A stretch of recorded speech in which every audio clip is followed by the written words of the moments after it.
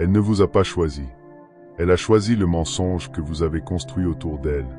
Et le moment où vous avez pris ce mensonge pour de l'amour, vous avez perdu.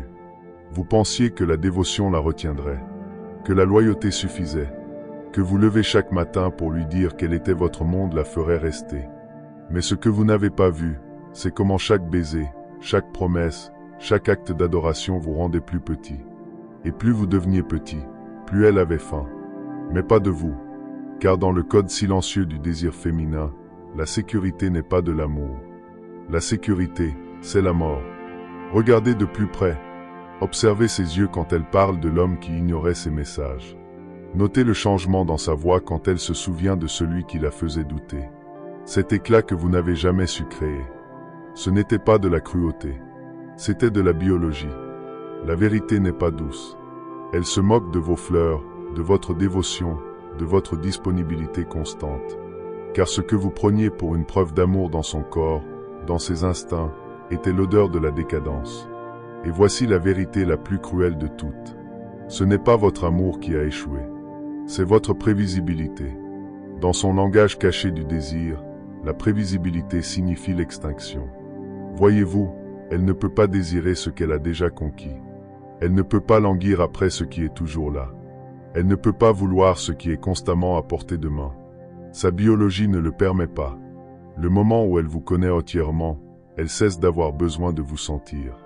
Mais il y a un autre homme qu'elle ne peut ignorer. Celui qui la terrifie tout en la fascinant. Celui qui vit avec un feu qui ne peut être dompté. Une faim qui ne peut être contrôlée. Celui qu'elle n'avouera jamais désiré, car il éveille en elle quelque chose qu'elle craint. Cet homme n'est pas sûr. Il n'est pas prévisible. Il n'est pas son projet, son confort, son meuble. Il est un danger enveloppé de retenue. Un chaos contenu dans la discipline. Il est le monstre. Et si vous continuez à regarder, je vous montrerai pourquoi elle vous a quitté pour lui et comment réveiller le monstre enfoui en vous. Ce que toute femme désire n'est pas un monstre au sens littéral. Pas un brute, pas un tyran, pas un abuseur. Ce qu'elle désire, c'est quelque chose d'infiniment plus dangereux et infiniment plus rare. Un homme qui est à la fois lumière et obscurité. Un homme qui peut être doux mais choisit de ne pas l'être toujours. Un homme qui pourrait détruire mais se retient. C'est ce que j'appelle la belle menace. Il n'est pas sûr, mais il n'est pas imprudent. Il n'est pas cruel, mais il n'est pas apprivoisé. Il ne gravit pas autour d'elle comme le gentil garçon désespéré de validation. Il ne s'effondre pas dans le chaos comme l'homme instable guidé par l'impulsion. Il se tient au milieu. La tempête contenue dans un seul homme. Et cette tension entre danger et retenue, entre puissance et discipline, est l'essence de l'attraction. Carl Jung parlait de l'ombre, le côté sombre et caché de la psyché humaine. La plupart des hommes l'enterrent, convaincus qu'être accepté exige de tuer tout ce qui est sauvage en eux. Ils amputent leur obscurité. Ils deviennent des hommes à moitié vivants. Mais la belle menace est différente. Il ne tue pas son ombre. Il l'intègre. Il sait qu'elle existe. Il la ressent. Et parce qu'il la reconnaît, il peut la contrôler. C'est le paradoxe. L'homme qui nie son ombre en devient esclave. Mais celui qui accepte son ombre en devient maître. Et cette maîtrise rayonne d'un pouvoir magnétique qu'aucune femme ne peut ignorer. Elle ne fantasme pas sur l'homme inoffensif qui recule devant le conflit.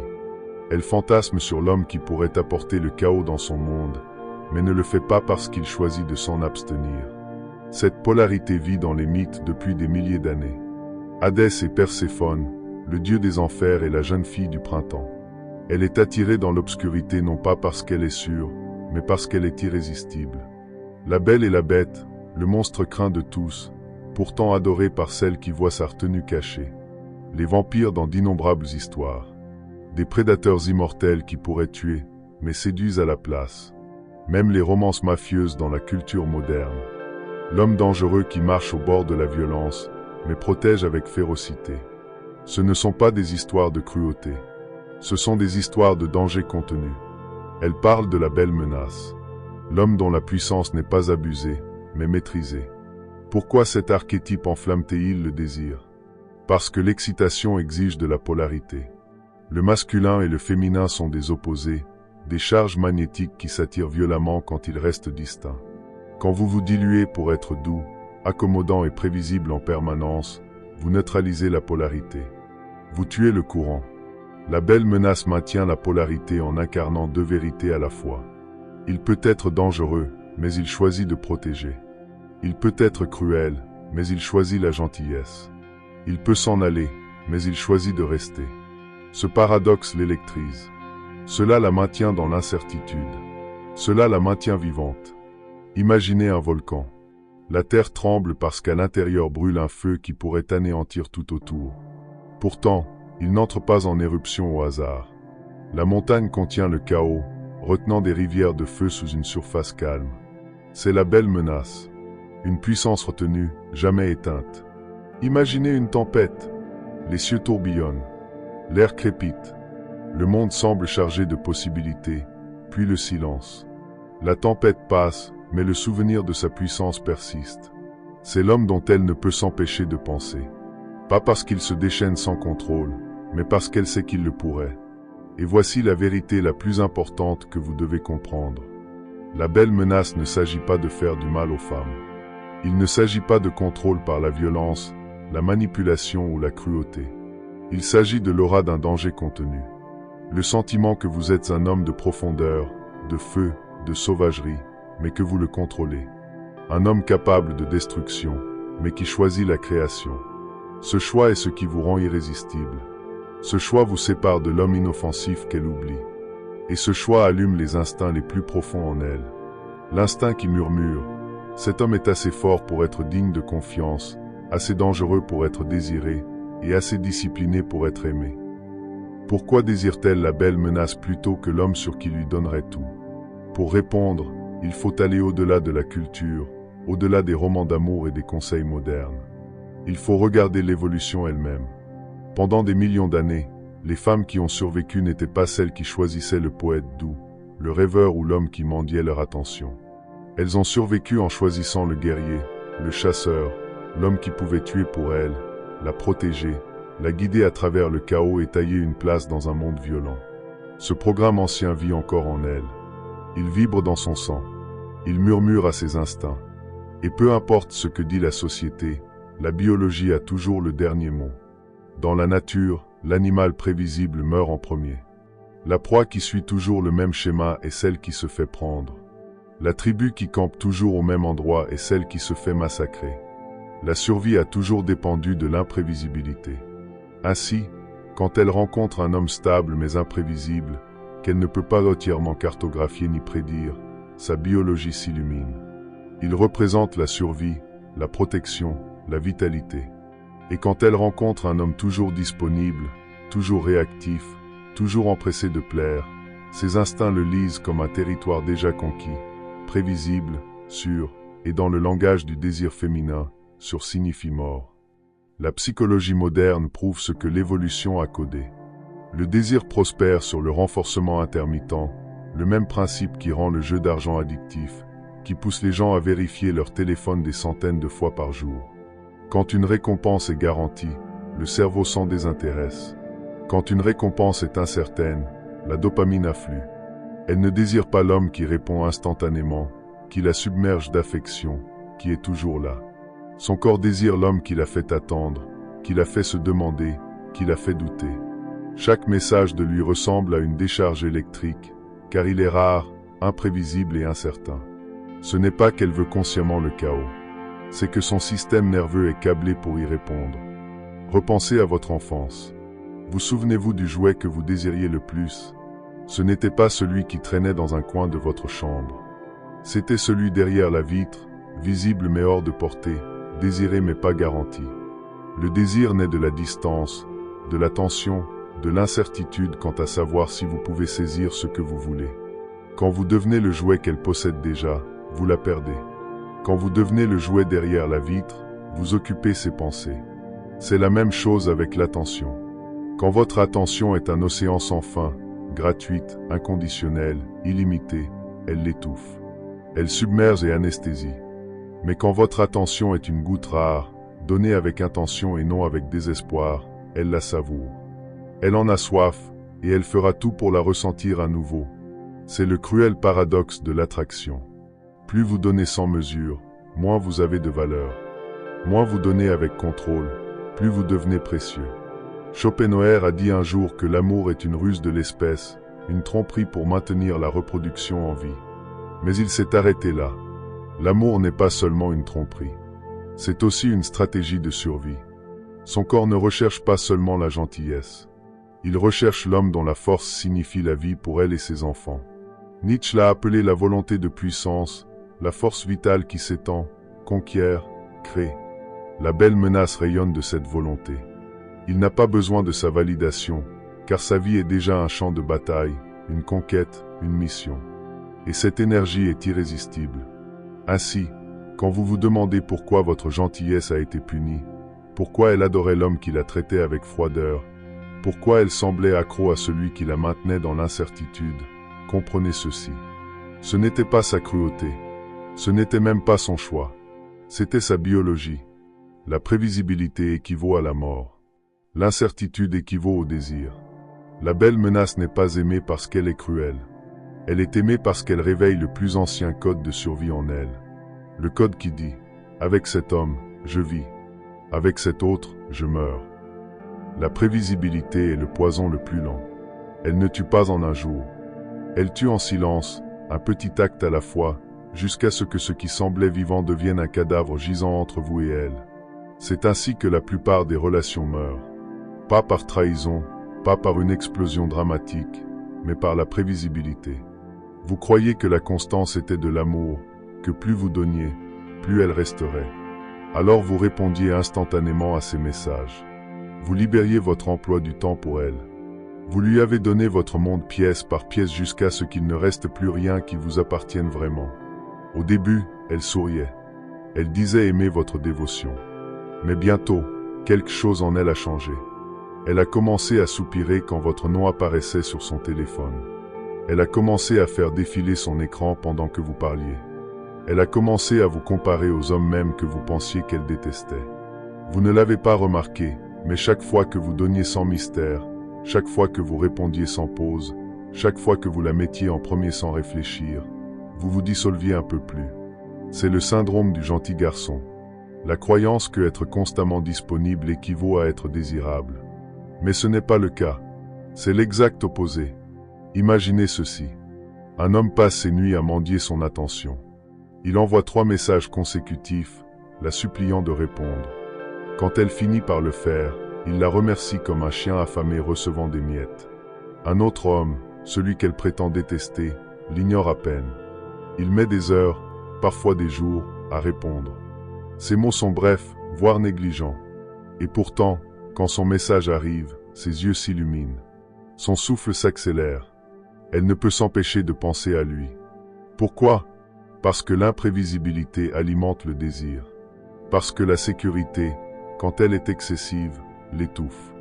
Elle ne reste pas éveillée la nuit à repenser à l'homme qui l'aime inconditionnellement. Elle reste éveillée à se demander pourquoi celui qui n'a pas besoin d'elle hante encore son esprit.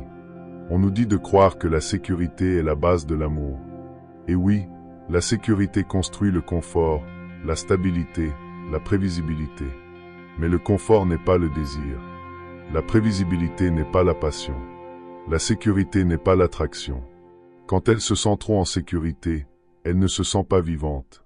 Quand elle connaît chacun de vos mouvements, elle ne ressent plus de mystère. Quand elle peut lire vos émotions comme un livre pour enfants, elle ne ressent plus de polarité. Le désir se nourrit de risques, d'incertitudes, de tensions.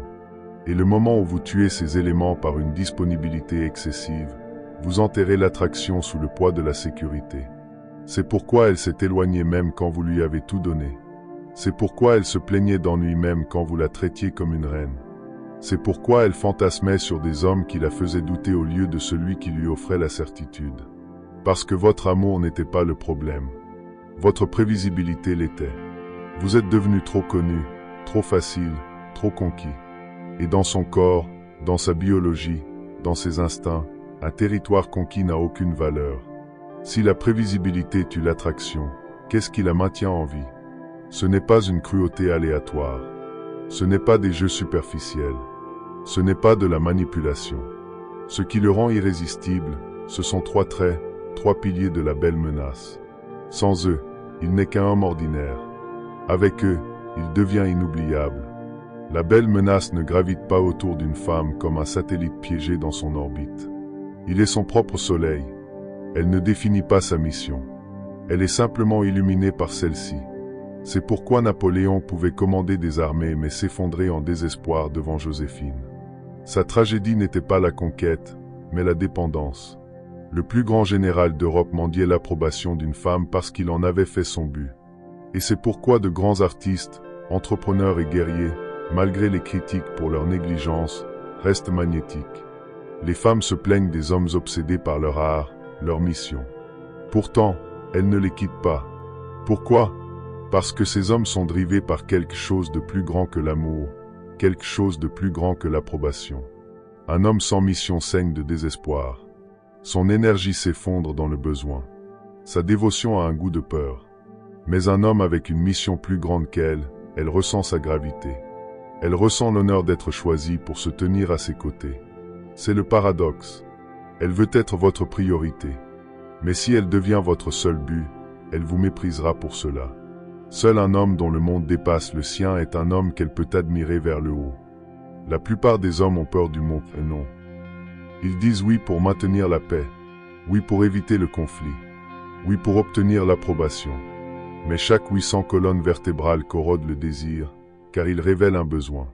La belle menace ne distribue pas les oui comme un mendiant distribue des pièces. Son attention, son temps, son énergie sont des ressources rares. Et quand il dit non, ce n'est pas de la cruauté, c'est de la valeur. Pensez Y. Que se passe-t-il quand on vous dit non dans la vie ? Vous le voulez davantage. Vous vous battez plus fort. Vous devenez obsédé. Chaque non est un aphrodisiaque. Quand un homme peut dire non sans culpabilité, sans excuse, elle sent quelque chose de primal s'éveiller. Il n'est pas contrôlé par ses humeurs. Il n'est pas influencé par ses caprices. Il est inébranlable. Et cette inébranlabilité l'excite. Imaginez la scène. Elle commence une dispute pour rien, espérant vous entraîner dans une spirale. Vous argumentez, vous vous défendez, vous la suppliez de voir raison. Et à la fin, elle s'éloigne froide. Maintenant, imaginez la belle menace. Elle commence la dispute. Il la regarde avec des yeux calmes. Il ne se précipite pas pour s'expliquer.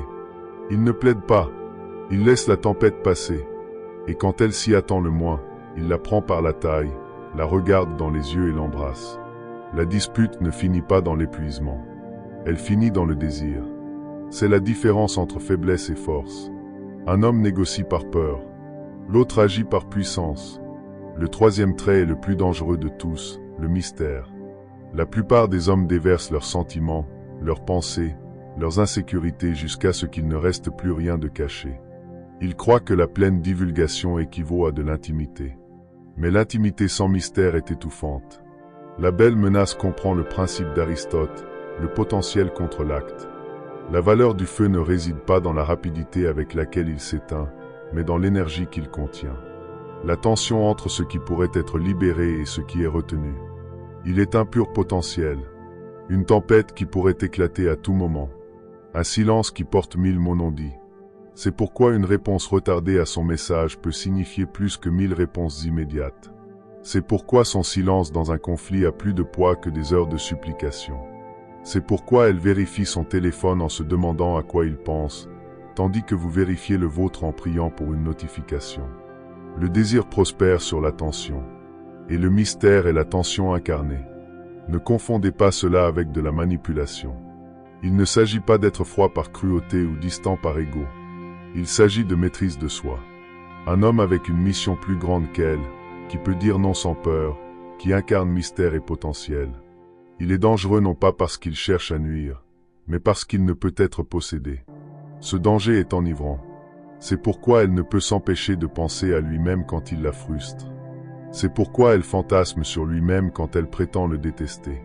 C'est pourquoi elle méprise l'homme qui lui donne tout, mais désire celui qui retient. Car au fond, elle ne cherche pas seulement la sécurité. Elle cherche un feu contenu dans une forme humaine. Et quand elle le trouve, elle ne l'oublie jamais. Les hommes se plaignent que les femmes les testent. Ils appellent cela du drame, de la manipulation, un chaos émotionnel. Mais voici la vérité. Les tests ne sont pas de la cruauté. Ce sont des vérifications de polarité. L'attraction ne se construit pas sur la logique. Elle se construit sur l'instinct.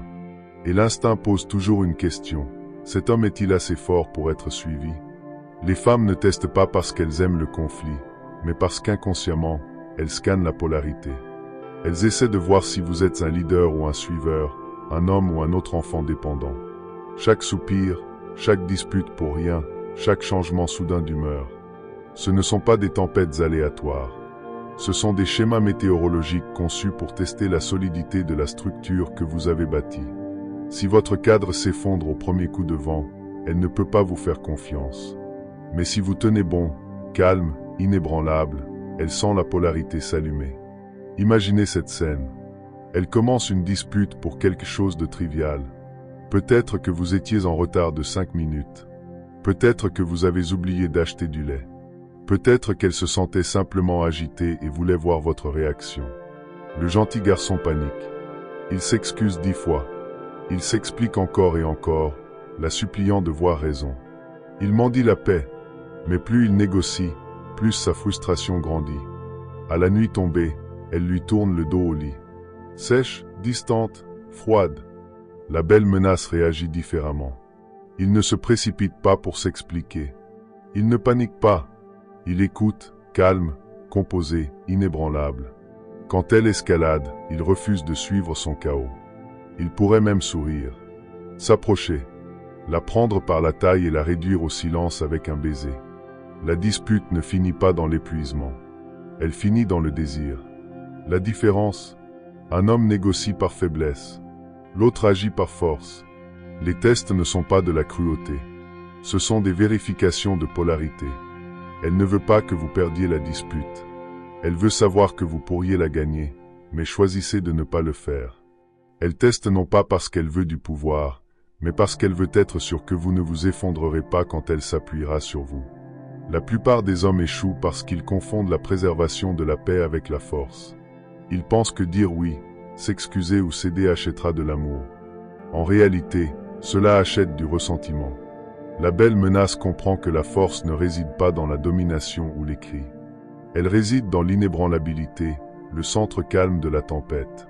Quand elle teste, il ne se rétrécit pas, il ne plie pas, il ne supplie pas, il reste lui-même avec ou sans son approbation. Et cette force, cette présence inébranlable, est précisément ce qui l'excite. Car au fond, elle ne veut pas un homme qui accepte tout. Elle veut un homme qui ne peut être brisé par rien. Et c'est la transformation que tout homme brisé doit entreprendre.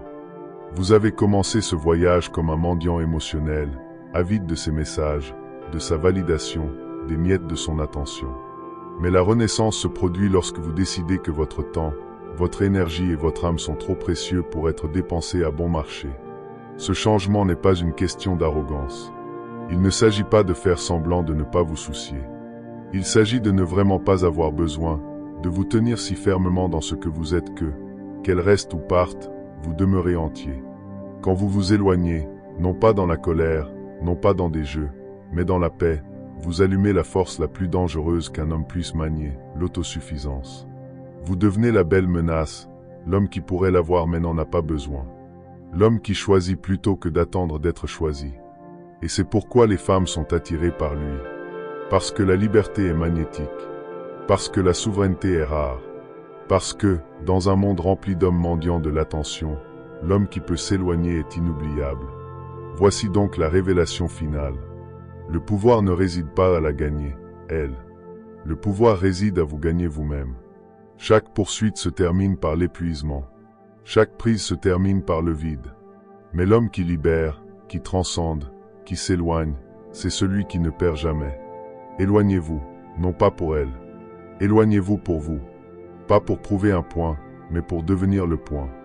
Parce que, quand vous ne manquez de rien, tout commence à avoir besoin de vous.